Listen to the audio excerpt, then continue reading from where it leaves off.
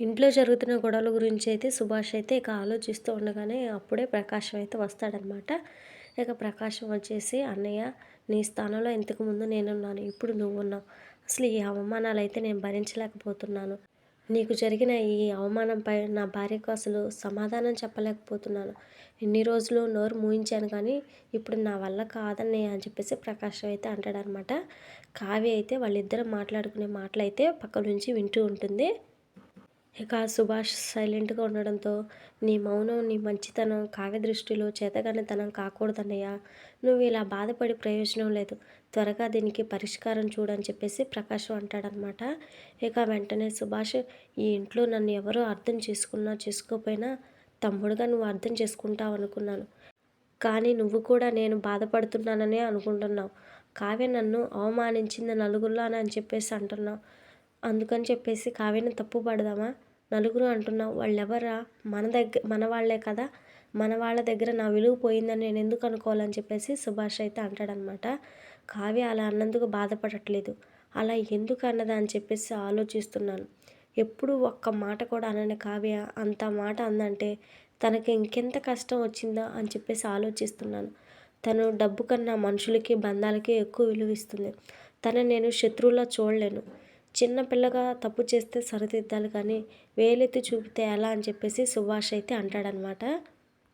నీ అంత గొప్పగా ఆలోచించాలని ఉన్నా నా చేతుల్లో లేదన్నయ్య.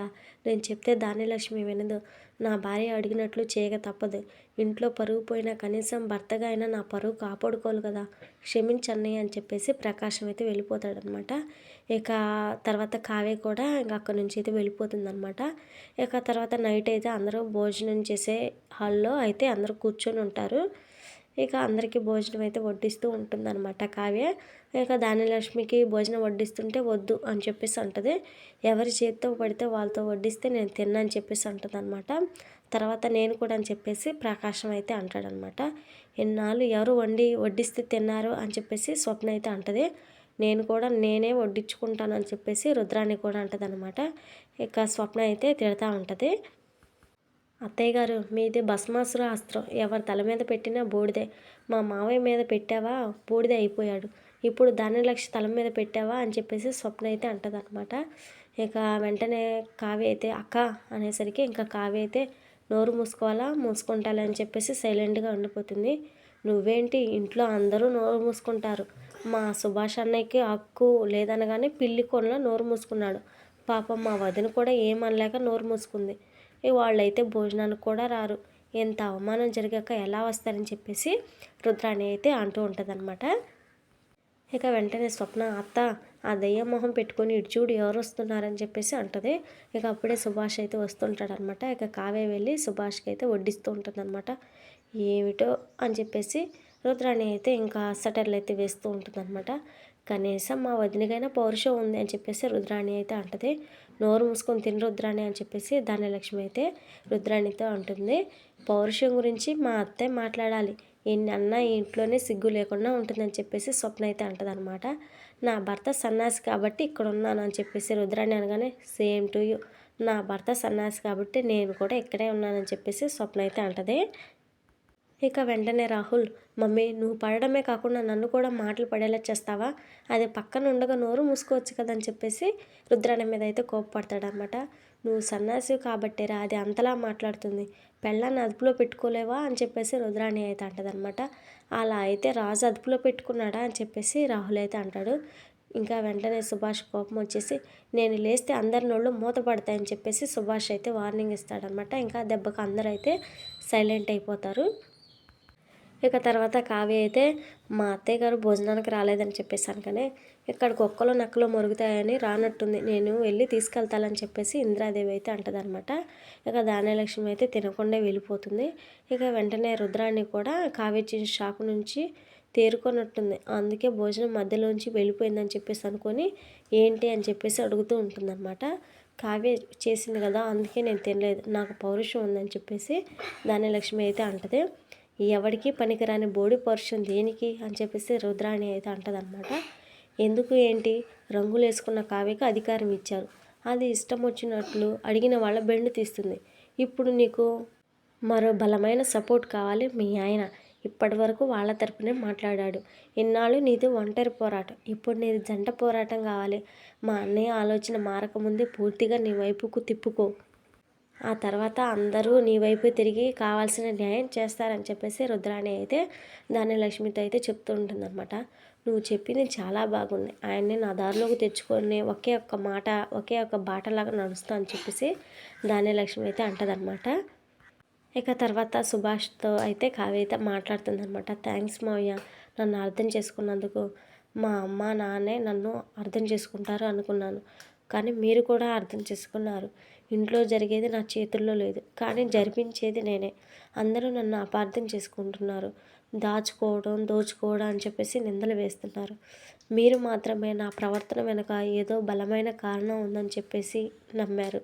ఒక మనిషిని ఇంతలా అర్థం చేసుకోవచ్చా అని ఆశ్చర్యపోవచ్చు అనుకున్నానని చెప్పేసి కావ్య అయితే సుభాష్తో మాట్లాడుతూ ఉంటుందన్నమాట. ఇక సుభాష్ అయితే మాట్లాడుతూ, నేను కూడా ఆశ్చర్యపోయానమ్మా నిన్ను చూసి. ఆ మాయలో పడినప్పుడు నువ్వు ఒక్కదానివే నన్ను అర్థం చేసుకున్నావు. నన్ను కాపాడవని సాయం చేయట్లేదు. నా కోడలు ఏ తప్పు చేయదు. ఏదో ఒక రోజు అంతా తెలుసుకుని పశ్చాత్తాపంతో తలదించుకుంటారు అని చెప్పేసి సుభాష్ అయితే ఇక అక్కడి నుంచి అయితే వెళ్ళిపోతాడనమాట. ఇక కావ్య అయితే చాలా హ్యాపీగా ఫీల్ అవుతుంది. అపర్ణ మాత్రం భోజనం చేయకుండా జరిగిన విషయాల గురించి ఆలోచిస్తూ ఇంకా చిరకాగ్గా ఉండగానే ఇక ఇంద్రాదేవి అయితే భోజనం తీసుకొని వస్తుందన్నమాట. మీరెందుకు తీసుకొచ్చారు అత్తయ్యగారు అని చెప్పేసి అంటది. పర్లేదు, కోపంలో కూడా గౌరవం ఉందన్నమాట అని చెప్పేసి ఇంద్రాదేవి అనగానే, ఈ గొంతులో ప్రాణం ఉన్నంత వరకు మీ మీద, మావయ్య గారి మీద గౌరవం ఉంటుంది అత్తయ్య అని చెప్పేసి అపర్ణ అయితే అంటదనమాట. అది నాకు తెలుసులే, కూర్చో అని చెప్పేసి కావ్యం మీద ఎందుకు కోపడ్డావు, చేతి కొట్టేంత కోపం ఎందుకు వచ్చిందని చెప్పేసి అడుగుతుంది. కట్టుకున్న భర్తను అలా అంటే కోపం రాదా? స్వప్న లాంటి మనిషి అలా ప్రవర్తించింది అంటే అనుకోవచ్చు, కానీ కావ్య అంటే ఎలా తట్టుకోలేకపోయానని చెప్పేసి అపర్ణ అయితే అంటదనమాట. అన్నీ తెలిసిన కావ్య ఎందుకు అలా ప్రవర్తించిందో కారణం ఉంటుంది కదా అని చెప్పేసి ఇంద్రాదేవి అయితే అంటుందన్నమాట. కారణం ఉంటుంది, అది చెప్పొచ్చు కదా, చెప్తే నేను అండగా ఉంటాను కదా అని చెప్పేసి అపర్ణ అయితే అంటదనమాట. అత్తకు కూడా చెప్పుకోలేని స్థితిలో ఉందేమో అని చెప్పేసి ఇంద్రాదేవి అయితే అంటదనమాట. తండ్రి లాంటి మావయ్య గారిని అలా ఎదిరించిందంటే తండ్రి అనే చొరవతోనే అనుకొని ఉంటుంది. సరైన కారణం చెప్తే క్షమిస్తావు కదా. ఒకప్పటి అపర్ణ కంటే ఇప్పటి అపర్ణ చాలా నయం. ఈ కోపంలో కూడా కావ్య మీద ప్రేమ కనపడుతుందని చెప్పేసి ఇంద్రాదేవి అయితే అంటుందన్నమాట. మా అత్తయ్యకి నా కోపం అర్థమవుతుంది, నా కోపం నా కోడలకు మాత్రం అర్థం కావట్లేదు అని చెప్పేసి అపర్ణ అయితే అంటుందన్నమాట. సరే తిను అని చెప్పేసి ఇంద్రాదేవి అనగానే ఆకలిగా లేదని చెప్పేసి అపర్ణదేవి అంటుందన్నమాట. ఇక అదంతా కావ్య అయితే చేతి కొట్టడానికైతే, నువ్వెలా వెనకాడావో నా కోడలు ఆకలి తెచ్చడానికి నేనైతే వెనకాడను. ఆకలి తెచ్చడానికి అమ్మే కావాలా ఏంటి, నోరు మూసుకొని పట్టు అని చెప్పేసి అపర్ణకైతే భోజనం తినిపిస్తూ ఉంటుందన్నమాట ఇందిరాదేవి. ఇంకా దాంతో అపర్ణ అయితే సంతోషంతో కొంచెం ఎమోషనల్ అవుతూ ఉంటుంది. ఇక తర్వాత అయితే కావ్య లాన్లో కూర్చొని ఆలోచిస్తూ ఉండగానే అప్పుడే రాజు అయితే వస్తాడనమాట. దేని గురించి ఆలోచిస్తున్నావు అనగానే, మీరు నన్ను ఒకప్పుడు ప్రేమించినా ప్రేమించకపోయినా నన్ను మాట పడనివ్వలేదు. మా పుట్టింటి కూడా సపోర్ట్ చేశారు. మీ వ్యక్తిత్వం చాలా మంచిది. మీరు అచ్చం తాతయ్య గారిలాగే ఆలోచిస్తారు. అందుకే రాహుల్ రుద్రాన్ని నోరెత్తి మాట్లాడుతున్నారని చెప్పేసి కావ్య అయితే అంటదనమాట. మరి దేని గురించి ఆలోచిస్తున్నా అని చెప్పేసి రాజు అంటాడు. ఆ నందాగాడి గురించి ఆలోచిస్తున్నాను. వాడిని చంపితే మనకు నష్టం, కానీ వాడిని చంపడం వల్ల ఎవరికి లాభం అని చెప్పేసి కావ్య అయితే అంటదనమాట. ఈ కోణంలో కూడా మనం ఆలోచించాలి. వాడు చచ్చిపోతే మనం 100 కోట్లు బ్యాంకుకి కట్టాలి, కానీ వాడు బ్రతికుంటే ఎవరికి నష్టం, చచ్చిపోవడం వల్ల ఎవరికి నష్టం అని చెప్పేసి కావ్య అయితే బాగా డౌట్ పడుతూ ఉంటుందన్నమాట. మనకు దొరకగానే వాడు చచ్చిపోయాడు, మనల్ని వాడిని ఎవరైనా ఫాలో అవుతున్నారా, పోలీసుల దాకా వెళ్ళకముందే ఎలా చంపేశారని చెప్పేసి రాజు అయితే అంటాడనమాట. అవునండి, దీని వెనక ఎవరో ఉన్నారని చెప్పేసి కావ్య అంటుండగా ఇక తర్వాత ఇక అనామిక సామంతులు అయితే చూపిస్తారనమాట. ఇద్దరు కలిసి చెస్ ఆడుతూ ఉంటారు. ఆ నందాగణ్ని చంపేసి రాజుకు భలే చెక్ పెట్టావని చెప్పేసి సామంత్ అయితే అంటాడనమాట. ఇద్దరు తర్వాత ఒకరికొకరు చెక్ పెడతారు గేమ్లో. ఫైనల్గా అనామిక చెక్ అంటే ఇది అని చెప్పేసి అంటదనమాట. మనం అనుకున్నట్టుగానే ఆ నందాగాడిని అనామికని చంపేసింది కాబట్టి నెక్స్ట్ మరి కావ్య ఏ విధంగా అనామికని పట్టుకుంటుంది ఏంటి అనేది మనం నెక్స్ట్ వీడియోలో చూద్దాం. వీడియోస్ని లైక్ చేయండి ఫ్రెండ్స్, అలాగే మన ఛానల్ని ఫస్ట్ టైం చూస్తున్న వాళ్ళు సబ్స్క్రైబ్ చేసి సపోర్ట్ చేయండి. Thank you friends.